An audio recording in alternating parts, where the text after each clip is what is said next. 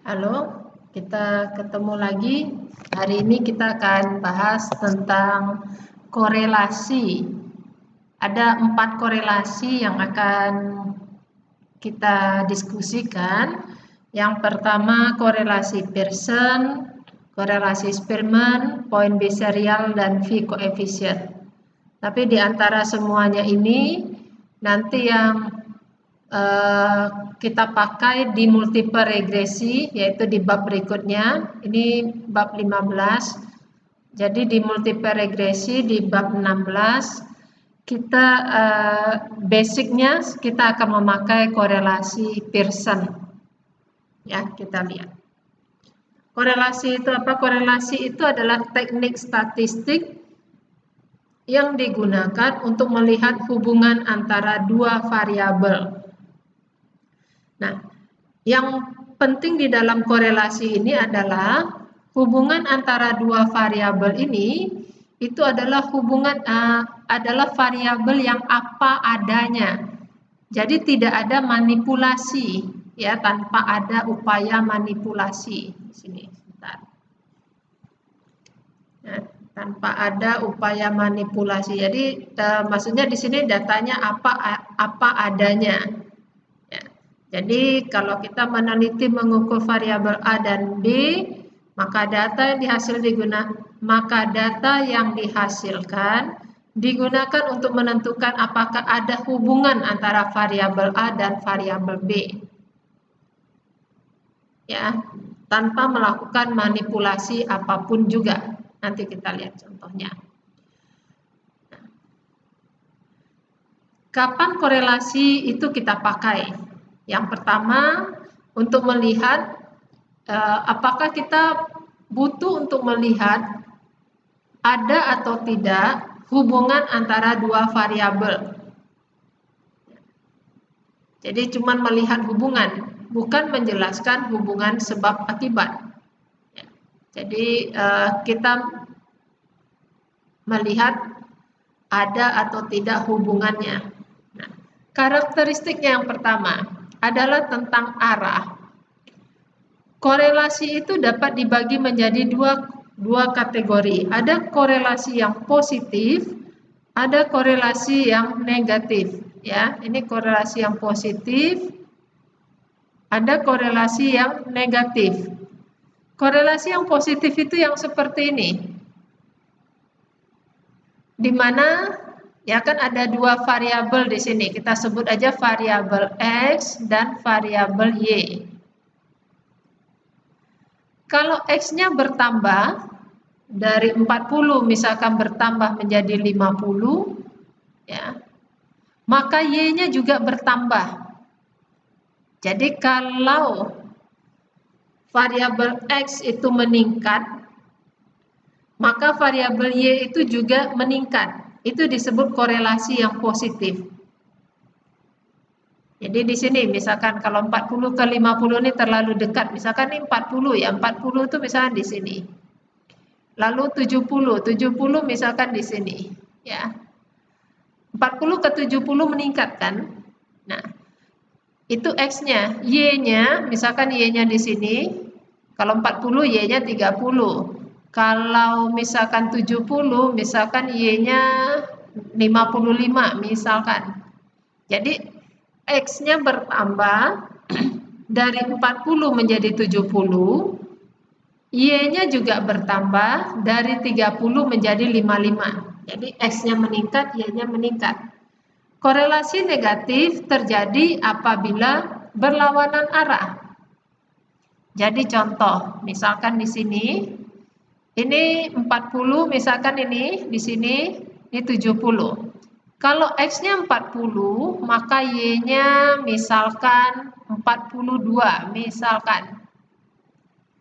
Kalau X-nya 70, maka Y-nya misalkan 12, ya. X-nya meningkat dari 40 ke 70. Y-nya turun dari 42 menjadi 12. Itu disebut berlawanan arah. Nah, yang seperti ini korelasinya nanti pasti negatif. Jadi ini korelasi yang positif itu seperti ini korelasi yang negatif. Ya, jadi bisa dilihat dari garisnya. Ya, garis ini garis scatter plot. Nanti saya jelaskan lagi di belakang. Yang kedua, korelasi yang kita bahas ini adalah korelasi yang mempunyai hubungan linear. Jadi ini bentuk hubungannya, ya. Hubungannya adalah hubungan yang linear seperti ini, linear aja. Ini adalah titik-titik scatter plot. Scatter plot itu adalah titik-titik data, data mentah, ya. Kita titik-titikin di apa? Kita buat grafiknya, lalu kita buat titik-titiknya. Ini kelihatan bahwa titik-titiknya mengelompok seperti ini, membentuk satu garis. Yang kita bahas yang seperti ini. Yang ini hubungannya yang tidak linear, tidak dibahas. Ya. Jadi contoh hubungan yang linear itu seperti apa? Itu loh kalau dulu di SMA atau SMP belajar garis gitu ya, misalnya Y sama dengan 3X tambah 2, ini linear. Yang tidak linear misalkan belajar itu kayak gini, kuadratik ya, ini tidak linear. Yang ini enggak, yang ini tidak dibahas ya, yang kita bahas yang kayak gini. X-nya bertambah, Y-nya tambah, atau X-nya kurang, Y-nya kurang gitu. Jadi hubungannya linear. Yang kedua. Yang ketiga, nah karakteristiknya, ini yang ketiga ya ini ya, ini 3 nih. Yang ketiga kita bisa melihat karakteristiknya atau konsistensinya. Maksudnya apa? Ini tadi kan titik-titik scatter plot. Titik-titik scatter plot ini adalah titik-titik data, data mentah. Ya, data mentah. Nah, yang gambar A ini korelasinya karena dia berlawanan arah, berarti negatif. Semua titik berada pada satu garis. Ini yang kita sebut dengan nama korelasinya negatif 1. Di gambar B, titik-titiknya bulat aja gitu, menyebar di sini. Tidak tahu kecenderungannya. Ya, tidak tahu trennya kemana. Yang seperti ini kita sebut korelasinya 0. Tidak ada hubungannya, nyebar saja begitu. Yang nomor C, ya, titik-titik scatter plotnya cukup kuat, berkumpul di satu titik seperti ini, kecenderungannya positif. Ya, kalau saya buat satu garis di sini kecenderungannya positif. Yang seperti ini korelasinya positif. Bahkan di sini dikatakan mendekati 0,9. Ya, itu yang C. Yang D, kecenderungannya negatif. Kecenderungannya negatif, tapi tidak cukup kuat. Konsistensinya agak menyebar begitu. Tapi tahu dia negatif. Tidak seperti nomor B. Kalau nomor B ini nggak tahu mau dibuat garis kemana, itu bingung. Kalau yang nomor D, ya kita tahu ini negatif. Kalau kita lakukan aproksimasi menurut grafeter, ya sekitar 0,4. Itu 3 karakteristik. Nah, sekarang tentang korelasi Pearson. Ya, ini mau korelasi apapun juga, nilai korelasi itu selalu berkisar antara minus 1 sampai 1. Ya, jadi kalau saya kembali ke sini, ini tadi yang min 1, yang perfect. Ini perfect namanya ya. Perfect miring begini, semua titik berada pada satu garis.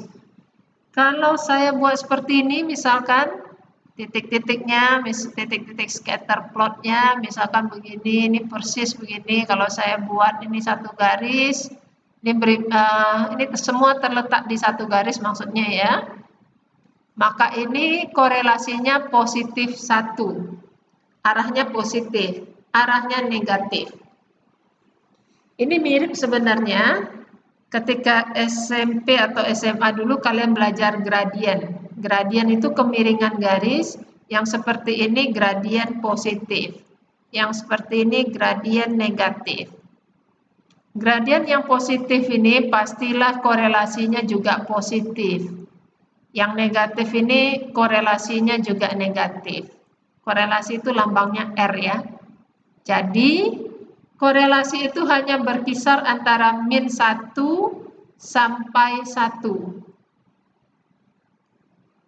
Yang min 1 seperti ini, yang 1 seperti ini, ya. Yang ini positif 0,9 menurut gravemeter, yang ini negatif 0,4 menurut gravemeter.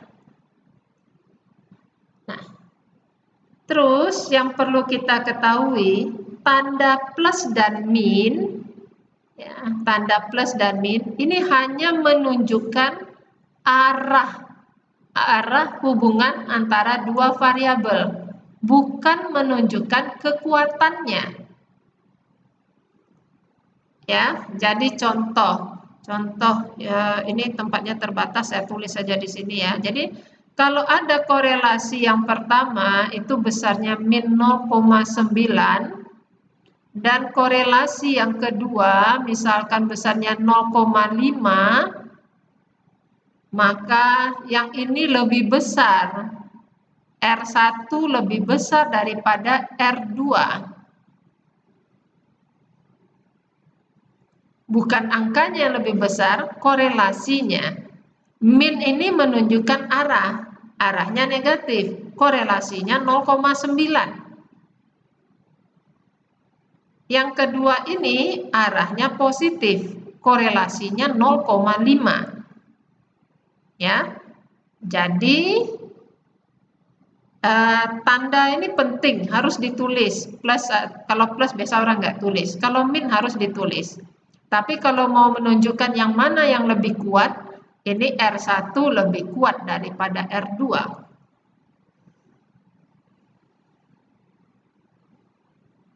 Ini korelasi Pearson, ya, ini yang 0,7 positif, 0,3 lebih menyebar. Ini 0 nggak ada arahnya.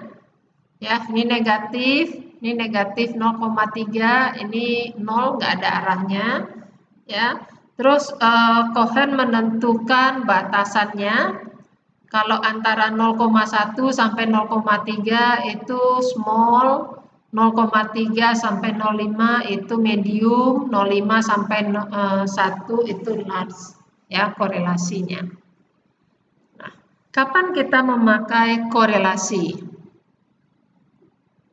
Ada 4 alasan, ya. Yang pertama untuk prediksi, ya. Untuk prediksi, maksudnya seperti apa? Misalkan begini, kalau misalkan, ya, saya sebut aja ini variabel, ya, saya sebut aja SIT atau tes masuk gitu ya. Nggak tahu dulu tes masuk di Atmajaya tes apa enggak atau bebas tes ya, apalah itu ya. Misalkan ini tes masuk, misalkan ini IPK, jadi saya mau melihat korelasi antara tes masuk dengan IPK. Saya punya datanya seperti ini, misalkan ya, sembarang, sehingga kalau kita gambar begini kira-kira. Nah, artinya untuk prediksi, kalau titik-titik ini kan nggak semuanya dipenuhi oleh titik-titik gitu kan, ada bolong-bolong lah dia, ya kan. Nah, artinya kalau misalkan ya ada orang yang ujian tes masuknya rendah, misalkan di sini, ya, terus karena sesuatu hal dia ingin sekali masuk, ya, tetap kuliah di Atmajaya, maka kita bisa prediksi IPK-nya berapa nanti. Kita bisa prediksi di sini. Ini yang dimaksud dengan prediksi. Ya, atau seseorang yang SIT-nya atau skor tes masuknya tinggi, kita bisa prediksi prediksi ini memperkirakan. Ya, kita perkirakan nanti kalau dia itu bagus, SIT-nya bagus, nah IPK-nya kira-kira segini tuh gitu. Ya, itu maksudnya untuk prediksi. Yang kedua, untuk validitas. Nah, ini yang agak susah ini menjelaskannya. Di sini untuk validitas nanti akan kalian pakai di mata kuliah konstruksi tes dan psikometri, ya, psikometri dulu baru konstruksi tes. Jadi ketika kalian menyusun alat ukur, ini kalian menghitung validitasnya dengan menggunakan konsep korelasi. Ya. Nah, di sini dikatakan ketika seorang psikolog sedang mengembangkan satu alat ukur, ya kita sedang menyusun alat ukur, misalnya alat ukur intelligence. Nah, bagaimana setiap domain tersebut benar-benar mengukur intelligence. Ya, nah, jadi sebenarnya kalau saya mau kasih contoh di sini, kalau alat ukur intelligence itu agak susah tuh, domainnya banyak. Saya mau kasih contoh yang simple aja. Sebentar saya pikir apa namanya. Saya sebut aja lah yang simple aja ya. Misalkan alat ukurnya motivasi gitu ya. Motivasi orang, mengukur motivasi. Itu ada teori yang mengatakan motivasi itu berasal dari dua hal, yaitu faktor internal, artinya memang dari dalam dirinya sendiri, atau faktor lingkungannya, eksternal. Ini ada teori yang mengatakan begini. Biasanya di konstruksi tes nanti kalian akan membuat item-item yang berkaitan dengan domainnya ini internal, ini namanya domain ya. Kalau dibagi dua gini, misalkan kita buat ini ada, ya saya sebut saja ada 20 item. Begitu juga di eksternal, di sini misalkan, dan seterusnya ini ada 20 item lagi. Nah, apa yang dilakukan, yang dimaksud dengan di sini validitas, ya, validitas ya, konsep korelasinya ya. Jadi kalau kalau benar item yang kita buat, jadi item yang kita buat itu kan belum tentu benar ya.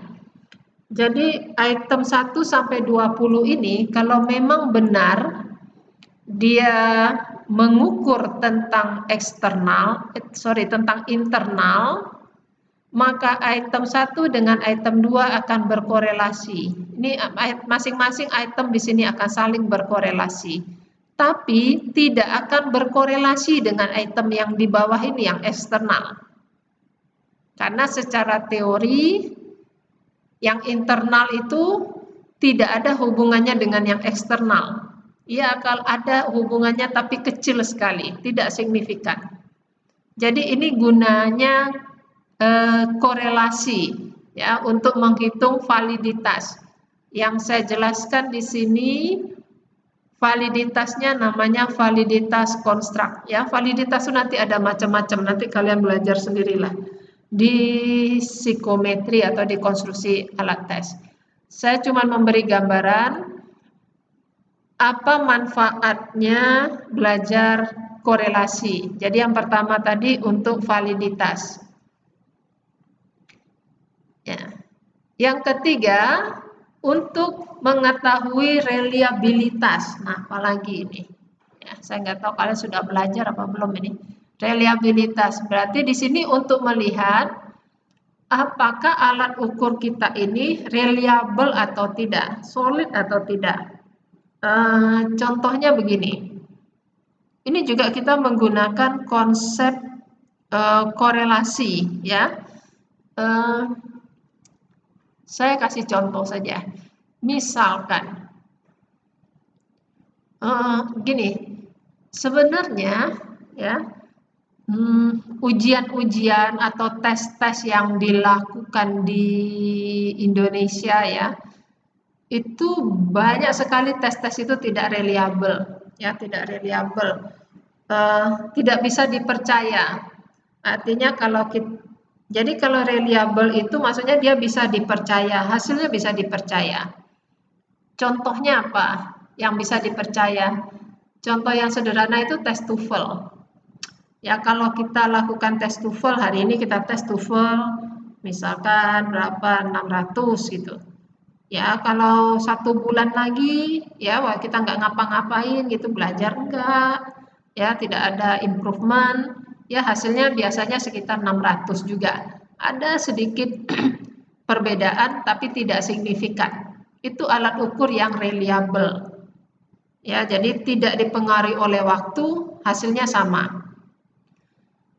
Kalau alat tes kita banyak yang tidak reliable. Ya, contohnya soal ujian. Kalau soal ujian hari ini diberikan, lalu kalau misalkan berapa saat lagi dites lagi, ya biasanya hasilnya jauh lebih baik. Ya, kenapa? Ya karena alat tes kita ini yang biasa-biasa ini kita susun ya seadanya saja. Kalau tes TOEFL gitu mereka punya bank soal ya macam-macam lah. Ya saya nggak mau cerita lah tentang itu ya. Yang jelas ini yang dimaksud dengan reliabilitas ya, kita gunakan korelasi. Yang keempat, untuk membuktikan teori. Ya, untuk verifikasi teori. Nah, teori-teori yang kita pelajari ya khususnya di psikologi itu banyak sekali teori yang berasal dari dunia barat ya, artinya bukan penelitian asli dari Indonesia gitu. Artinya sebenarnya kita kan belajar psikologi, kita belajar karakteristik manusia, harusnya ya karakteristik itu ya sesuai dengan manusia yang ya kalau kita di Indonesia ya orang-orang yang ada di Indonesia harusnya kan begitu. Tapi kita belajarnya teori-teori yang dibuat oleh orang asing gitu.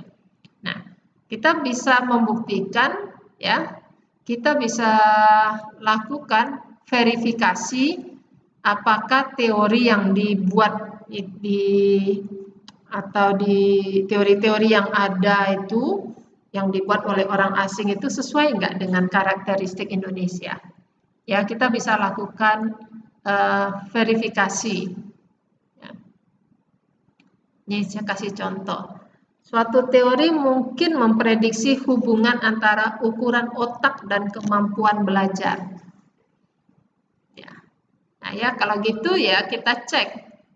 Kalau ada teorinya mengatakan begini, ada hubungannya antara ukuran otak dan kemampuan belajar, ya dicek aja bagaimana caranya mengukur ukuran otak, dicari ukur, lalu cek kemampuan belajarnya, ya beneran ada hubungannya apa tidak. Ya, ingat bahwa dalam melakukan korelasi di sini kita tidak melakukan manipulasi, jadi datanya apa adanya, jadi teknik-tekniknya itu apa adanya.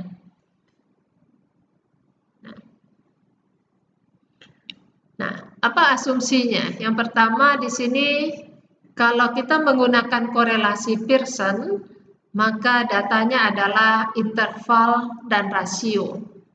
Ya, kombinasi keduanya. Ya, salah satu atau dua-duanya terserah.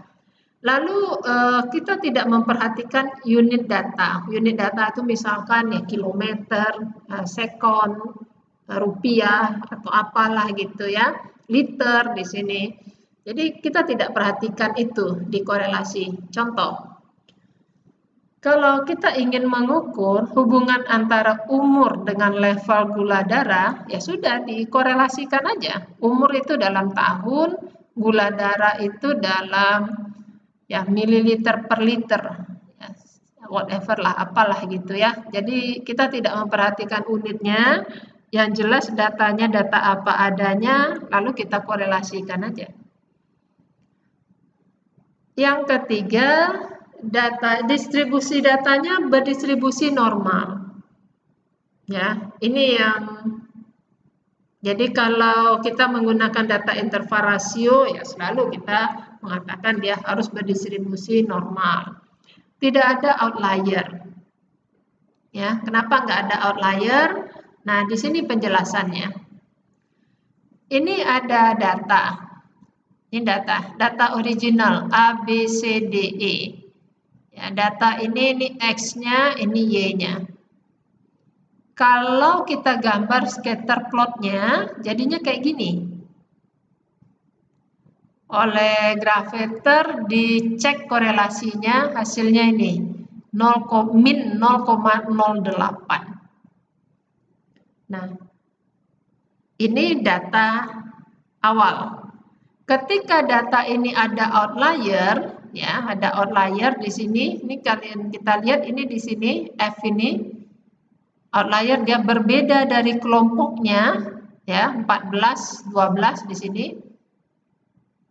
Sehingga kalau kita buatkan satu garis di sini, ya, ini dia ada kecenderungannya ke kanan. Tadi kan ini negatif ya kalau dihitung. Ada kecenderungannya di kanan, malah oleh grafeter ini dihitung korelasinya menjadi 0, positif 0,85. Sangat jauh berbeda. Dari negatif 0,08 menjadi positif 0,86. Jadi outlier ini sangat berpengaruh di sini. Nah, apa yang dilakukan biasanya kalau ada outlier? Ya, yang pertama yang harus dilakukan adalah cek dulu. Ya, kalau kita ambil data gitu di lapangan dan kita curiga ini ada outlier, ya. Nanti di start infer ada cara ceknya, ya. Kalau sekarang belum ada, jadi saya cuma bisa katakan kalau kita lihat ada satu data yang sepertinya tidak sama dengan kelompoknya, ya. Yang pertama kita lakukan adalah kita cek dulu, jangan-jangan typo gitu, salah tulis, salah input data. Ya, kalau salah input ya sudah diperbaiki gitu ya. Yang kedua, kalau kita cek ternyata memang benar ada outlier, ya maka data outlier itu harus dibuang.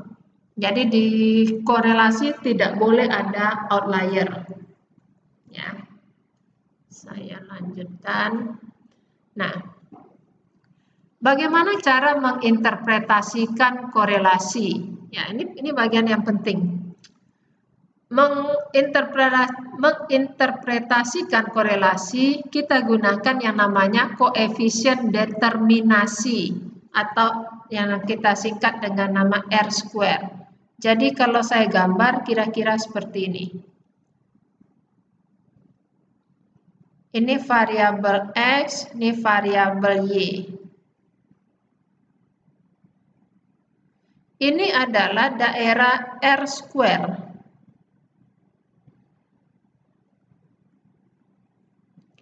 Jadi R-square ini, jadi misalkan jangan XY kali ya.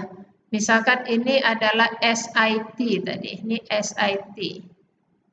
Ini adalah IPK.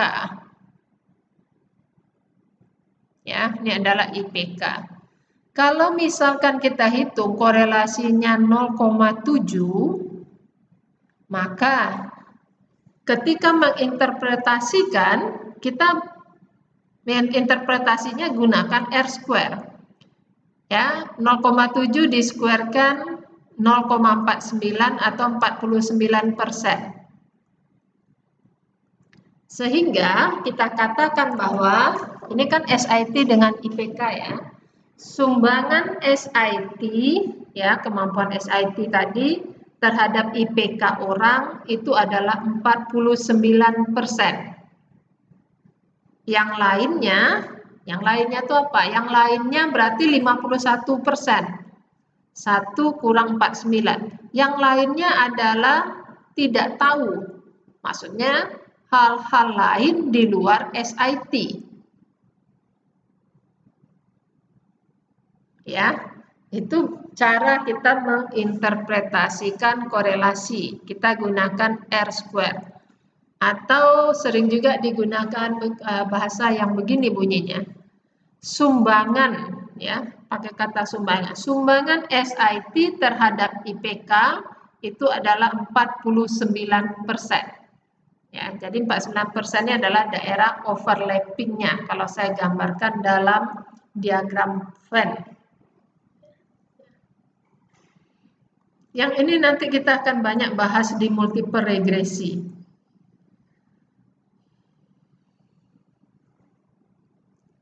Nah, bagaimana cara membuat hipotesis? Hipotesis, sebentar ya, setiap P yang ada di sini ini maksudnya rho. Ya, saya ralat ya, nanti kalau kalian terima PPT-nya, ya, yang saya maksud adalah rho. Ini saya konversikan dulu dia rho, ini nanti nggak tahu, kadang saya pindahkan ke, ya saya ganti, nggak tahu, kadang berubah dia. Seperti ini, jadi P. Jadi kalau two-tail berarti rho sama dengan 0. Alternatif rho tidak sama dengan 0. Lalu kalau one-tail, lihat dulu korelasinya positif atau negatif. Positif atau negatif ini apa? Ini adalah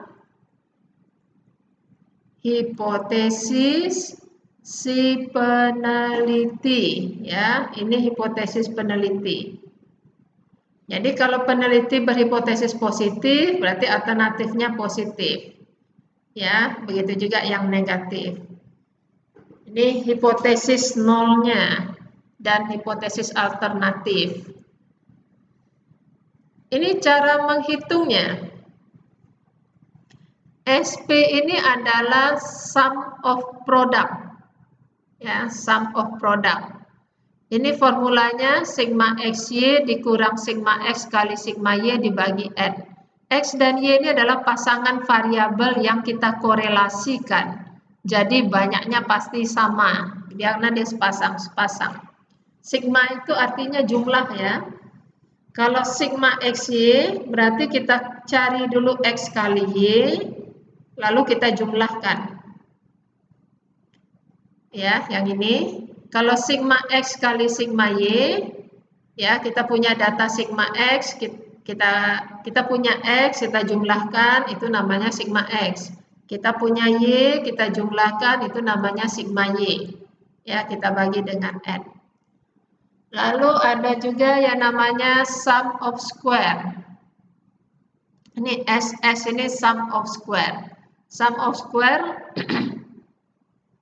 namanya sum of square, ya, jumlah kuadrat, jadi pasti positif ya.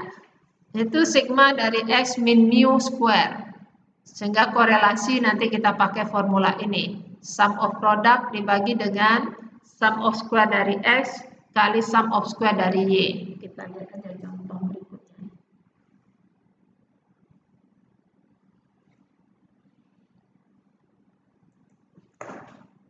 Ini adalah tabel.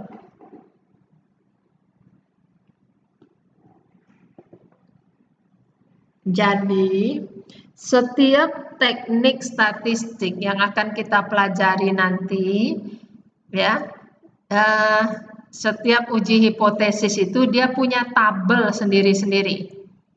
Ya, ini tabel korelasi Pearson, ya, tabel B6. Nah, bagaimana cara menggunakan tabel ini? Ya, perhatikanlah judul-judul yang ada di sini, terus lihat di atas ini. Apa yang dikatakan? Dia katakan dia akan signifikan untuk sampel kalau R ini lebih besar atau sama dari daerah kritik, batas kritikal atau nilai kritik yang ada di tabel ini. Ini DF-nya. Ini DF itu kita gunakan N-2. Ya, jadi kalau pasangan sampel kita ada 10, berarti N-nya 10. Ya, ini bukan N, tapi ini adalah DF. 10 kurang 2 berarti lihat yang di sini.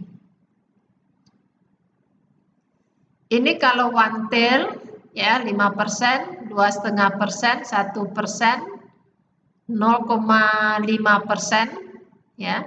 Ini kalau total 10%, ya, 5%, 2%, 1%. Jadi ini cara membaca tabel. Ini adalah batas kritiknya. Jadi ada R tabel, ada R hitung.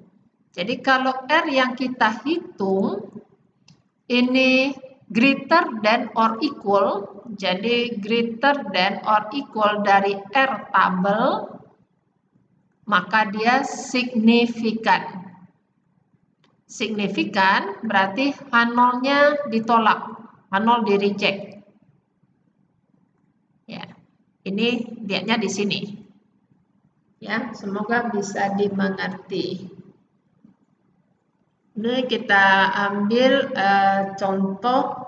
Saya ambil contoh yang ada di buku. Ya, kita lihat saja. Nah, sini.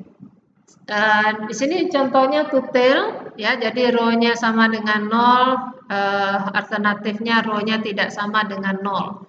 Ya. Total alfanya 5%, ini maksudnya P-nya, ya. P-nya 5%. P itu maksudnya P signifikan, ya, atau sini ada juga orang nulisnya gini, boleh. Alfanya 5%, pasangan datanya 5, jadi DF-nya N-2, kita gunakan 3. Jadi 5%, DF-nya 3. Total. Saya kembali ke tabel, ya. Nih, DF-nya 3, 5% total, berarti ini. Kalau total, berarti kan dia ada di kiri kanan. Sehingga untuk menolak H0, dia harus lebih besar dari ini. Dia lebih besar dari ini, jadi kira-kira begini. Ini min 0,878, ini 0,878. Jadi kalau lebih besar dari ini berarti dia di luar range itu, berarti di sini gitu, ya. Kalau ini berada di sini, maka H0-nya ditolak. Ini step yang ketiga, kita baru lakukan hitung-hitungan. Ya, kita lakukan hitungan. Ya. Nah, kita lihat ini. Ini datanya, ini data mentah. Soalnya kayak gini, awal-awalnya kita dapat data X-nya 0 ini. Y-nya 26, 24, 6. Nah, step yang pertama apa? Ya, kita cari rata-rata X ini. Ya, rata-rata X ini kalau lihat soal itu rata-rata X-nya 6. Rata-rata Y-nya 4. Nah, kita cari nih X kurang MX. Ya. Kita cari, nah ini ketemu Y kurang MY, ya. Lalu kita cari, kita kuadratkan, ya, kita jumlahkan. Nih, ketemu sum of square dari X, sum of square dari Y. Ini sum of product. Ini dikalikan, ini produk, ya, produk dari deviasinya. Ini, maka korelasinya adalah sum of product, ya. Perhatikan tanda, ya. Kalau di sini positif, ya udah tulis positif. Kalau sini negatif, nanti hasilnya negatif. Sebenarnya positif atau negatif itu bisa ketahuan dari sini nih. Ya, ini 0, ini meningkat. Dari 0 ke 10 meningkat. 2 ke 6 meningkat. Ya. 4 ke 8 meningkat. 2 ke 4 meningkat. Garis besarnya seperti itu. Ya, umumnya seperti itu. Jadi, korelasinya adalah nih 28 sum of produknya positif 28. Sum of square dari variabel X, sum of square dari variabel Y dikalikan, dirutkan, ketemu ini 0,875. Padahal tadi batasannya berapa? Ini. Berarti kalau 0,875 berarti dia gagal ditolak. Ya. gagal, ditolak. Nih. Jadi tidak ada korelasi antara populasi X dan populasi Y. Ya, ingat ya di sini ya. Ini saya menggunakan kata populasi. Kenapa populasi? Ingat bahwa dalam uji hipotesis itu kita gunakan sampel, tapi kesimpulan kita tentang populasinya. Nah, dilihat di sini.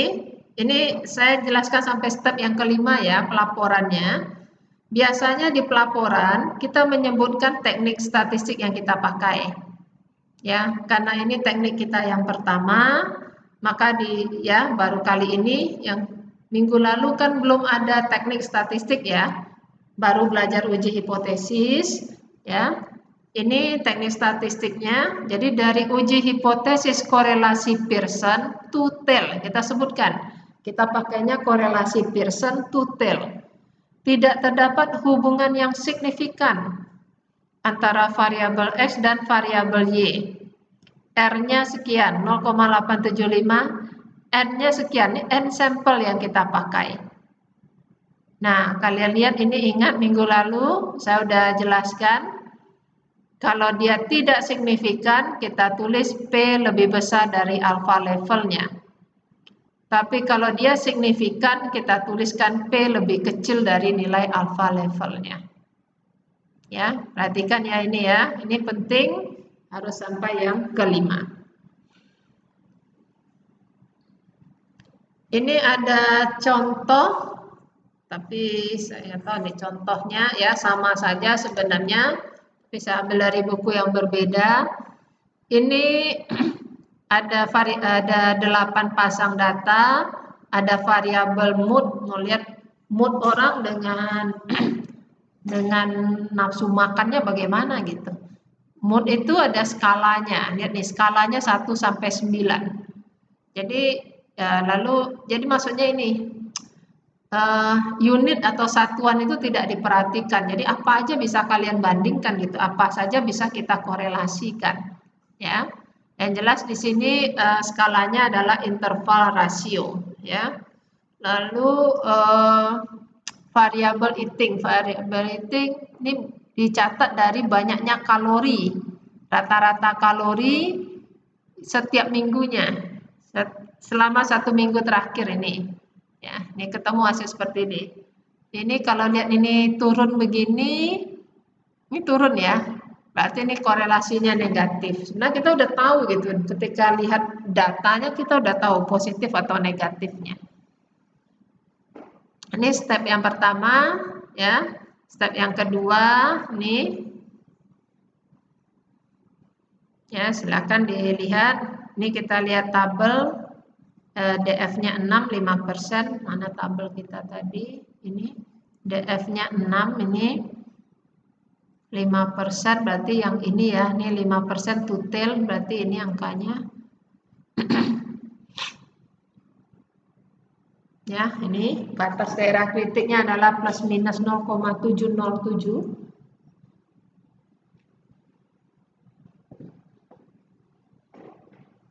Ini step yang ketiga, sama seperti tadi. Yang pertama nih, cari dulu rata-ratanya, rata-rata X. Nih, rata-rata X, ini rata-rata Y. Terus cari deviasinya. Ya. Ini dia cari ini sum of product, ya kan? Ini sum of square dari variabel X, sum of square dari variabel Y. Kayak gini ya, pakai kalkulator saja. Ini korelasinya negatif 0,744. Signifikan nggak? Tadi saya lupa angkanya.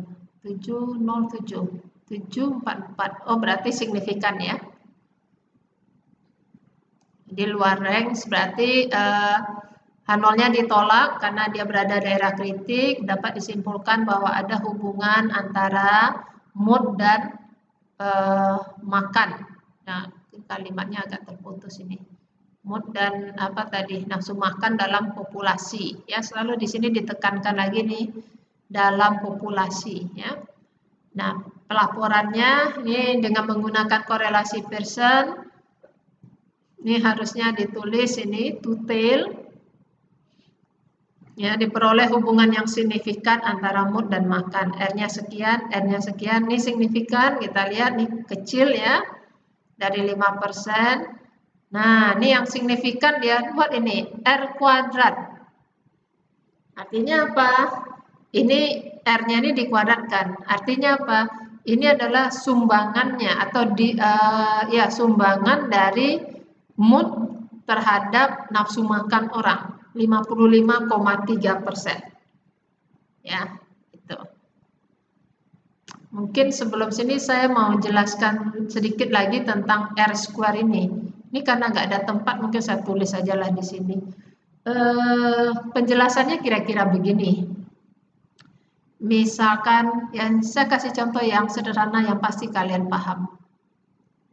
Jadi misalkan ini contoh yang paling sederhana itu sebenarnya ini nih, IQ sama IPK. Ya, IQ sama IPK ini berapa? Misalnya korelasinya, misalkan korelasinya 0,6. Jadi 36% gitu ya. 36% ini R square-nya, koefisien determinasi. Jadi maksudnya apa? IQ itu mempengaruhi IPK atau sumbangan IQ terhadap IPK orang itu 36%. Lalu 64% lain apa? Jawabnya selalu tidak tahu. Kenapa? Kan kita harus jawab secara yang kita teliti gitu ya. 64% lainnya apa? Nggak tahu. Mungkin ya, mungkin motivasi. Mungkin banyak jumlah jam belajar. Ya, jumlah jam belajar. Mungkin banyak buku atau e-book yang dia punya. Mungkin bla bla bla, mungkin bla bla bla. Nah, nanti yang mungkin-mungkin ini yang akan kita teliti di multiple regresi. Ya, dalam kasus korelasi ini hanya sepasang variabel saja. Dalam kasus ini contohnya IQ dan IPK. Ya, sampai situ tuh korelasi Pearson. Berikutnya kita akan bahas tentang korelasi Spearman. Uji hipotesisnya sudah ya tadi. Nah, kita lanjut dah ke Spearman. Spearman ini mengukur hubungan antara dua variabel tapi skalanya ordinal. Jadi kita pakai teknik korelasi yang mana itu tergantung dari skalanya. Ya, jadi skalanya di sini ordinal. Caranya ya kita lakukan perankingan untuk masing-masing variabel X dan Y. Selanjutnya ya kita bisa sebenarnya menggunakan formula yang ada di korelasi Pearson tadi, atau kita bisa juga menggunakan rumus korelasi Spearman. Jadi bisa dua cara gitu maksudnya. Datanya ranking. Ya, kita ranking gitu. Berarti kan untuk masing-masing variabel itu yang pertama. Yang kedua, ketika menghitung, kamu boleh pakai formula yang ada di Pearson atau boleh pakai formula Spearman. Hasilnya sama, kita lihat. Ini contoh. Ya. Ini X dan Y, ya. Nah, ini X dan Y-nya kita ranking. Ya, kita ranking. Ranking itu, nah kalau di statistik ini, cara kita meranking ini agak terbalik sedikit dari kehidupan kita sehari-hari.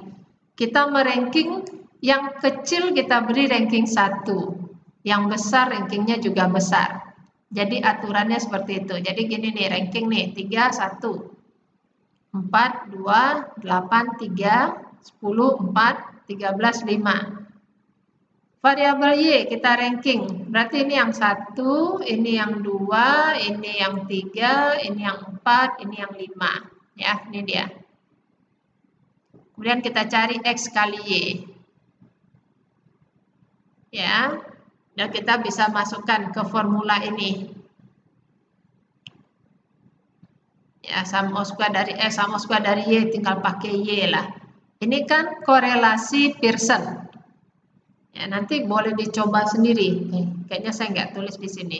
Yang saya tulis ini rumus korelasi Spearman. Ini S nih Spearman. Ini tadi kita ranking. Korelasi Spearman formulanya seperti ini. 6 kali sigma D square. D itu maksudnya deviasi.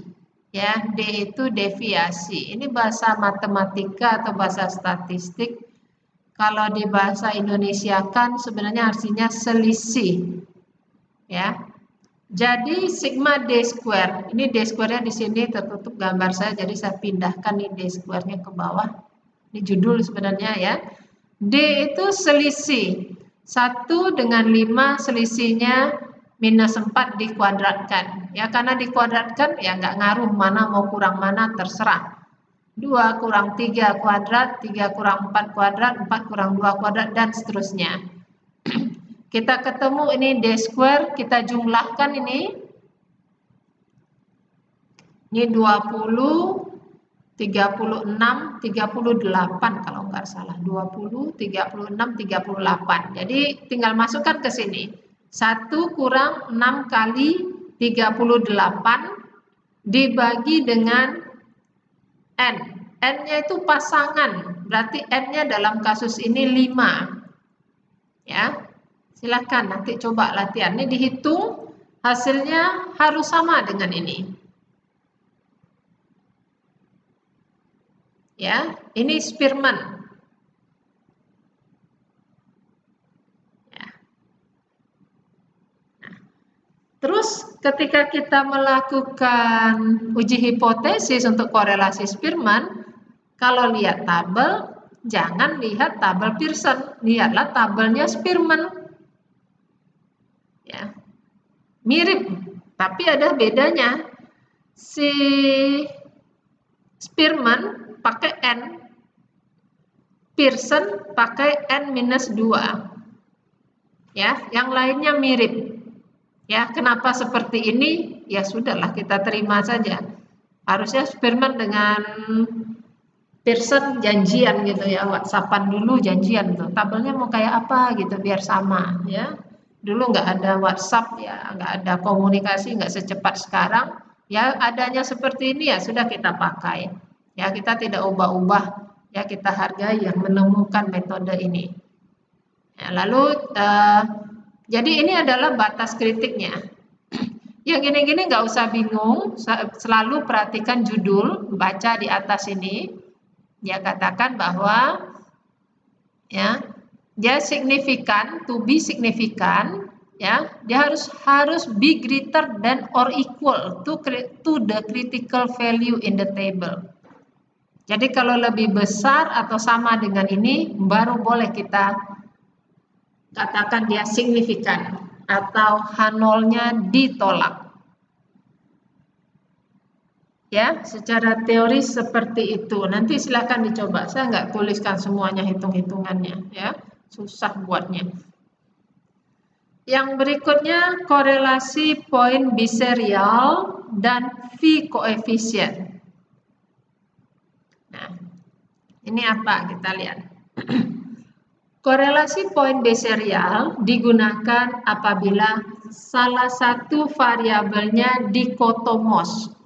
Ada yang menyebut dikotomos, ada yang menyebutnya dikotomi, ya sama saja. Itu poin biserial. Kalau V koefisien, kalau dua-duanya dikotomos atau dikotomi.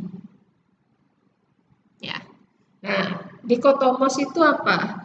Kayaknya kita sudah pernah bahas yang di beberapa bab yang lalu. Dikotomos itu berarti kategorinya cuma 2, dikotomi. Benar salah, hujan tidak hujan, lulus tidak lulus, itu dikotomi. Anak sulung bukan anak sulung. Apa lagi? Banyak yang bisa kita dikotomikan di dunia. Jadi apa yang didikotomikan berarti kita pakai metode korelasi yang ini, ya. Terus dilihat yang didikotomikan kedua variabel atau salah satu variabel. Kalau salah satu variabel, berarti kita gunakan namanya poin biserial. Kalau kedua variabel yang dikotomi, berarti kita gunakan V coefficient. Yap. Nah, ini contoh. Ini contoh tentang apa? Ini poin biserial. Ini number, ini ada banyak puzzle yang bisa dijawab antara ruangan yang terang dengan ruangan yang redup ya. Ini penerangannya yang oke, ini yang redup. Ini banyak puzzle yang bisa dijawab. Jadi di sini dia bagi antara ruangannya yang didikotomikan redup dan terang dan redup atau terang dan tidak terang, begitulah kira-kira ya. Ini didikotomikan. Di sini dia tulis yang terang itu 0, yang redup itu 1. Ya, ini dicari nih. Formula yang dipakai, formula yang mana? Ya, sama dengan yang tadi. Silahkan pakai korelasi Pearson. Ya, di sini dikatakan rumus yang digunakan sama dengan korelasi Pearson. Tapi namanya jangan disebut nama korelasi Pearson, tapi disebut korelasi poin biserial. Nih. Ya. Ya, ini R square-nya, variansnya. Di sini disebut juga dengan nama effect size, ya. Nanti ini kaitannya dengan t-test, ya. Kita melihat ada perbedaan ini apa tidak. Ya, itu nantilah. Ini saja nih. Poin biserial R square-nya sekian. Ya, nanti silakan diuji sendiri ya, latihan. Soalnya ada di buku. Saya nggak pindahkan lagi. Lalu ini yang tentang tentang V coefficient. V coefficient berarti kedua variabelnya adalah dikotomi. Jadi contohnya ini kelahiran, urutan kelahiran, birth order. First atau hanya satu. Kalau ini diberi coding 0. Yang lahir kemudian 1. Anak yang kedua, ketiga, anak yang ke-15 ya kodenya 1 aja. Personality, introvert 0, extrovert 1. Nah, ini. Ya. Ini data originalnya. Ini anak pertama introvert. Berarti kita coding menjadi 01. 00, sorry. Anak pertama introvert 00. Anak ketiga ekstrovert 11 dan seterusnya. Lalu ini kita cari dengan menggunakan korelasi rumus yang ada pada korelasi Pearson. Ya. Sampai di sini ini isi tentang korelasi ya. Korelasi ini benar-benar sangat penting ya. Banyak saya antusias ketika kita paham tentang korelasi. Nanti ke depannya kita akan belajar lagi tentang multiple regresi ya. Kalau kalian paham ini ya, kalian ingin belajar psikologi lebih lanjut, ingin benar-benar menerapkan ilmu psikologi, ilmu statistik yang dipelajari, maka apa yang kita pelajari sekarang ini menjadi dasar ya. Nanti di multiple regresi itu mempelajari multiple regresi di bab berikutnya itu bisa membuat peluang kalian menemukan satu teori gitu, teori yang maksudnya gini ya, Indonesia ini bukan ladang ya, Indonesia ini laboratorium psikologi yang sangat besar, sangat kaya, yang bisa kalian explore. Saya yakin kalian tidak pernah akan kehabisan untuk mengeksplor, mempelajari tentang karakteristik manusia-manusia yang ada di Indonesia. Nah, nanti dengan menggunakan multiple regresi ya, yang dasarnya korelasi ini, kalian berpeluang menjadi ilmuwan ya, ilmuwan atau penemu teori yang khusus yang berbasiskan Indonesia. Ya, semoga ya sukses ke depannya semuanya. Ya, sampai di sini pertemuan kita semoga bisa dipahami. Ya, terima kasih.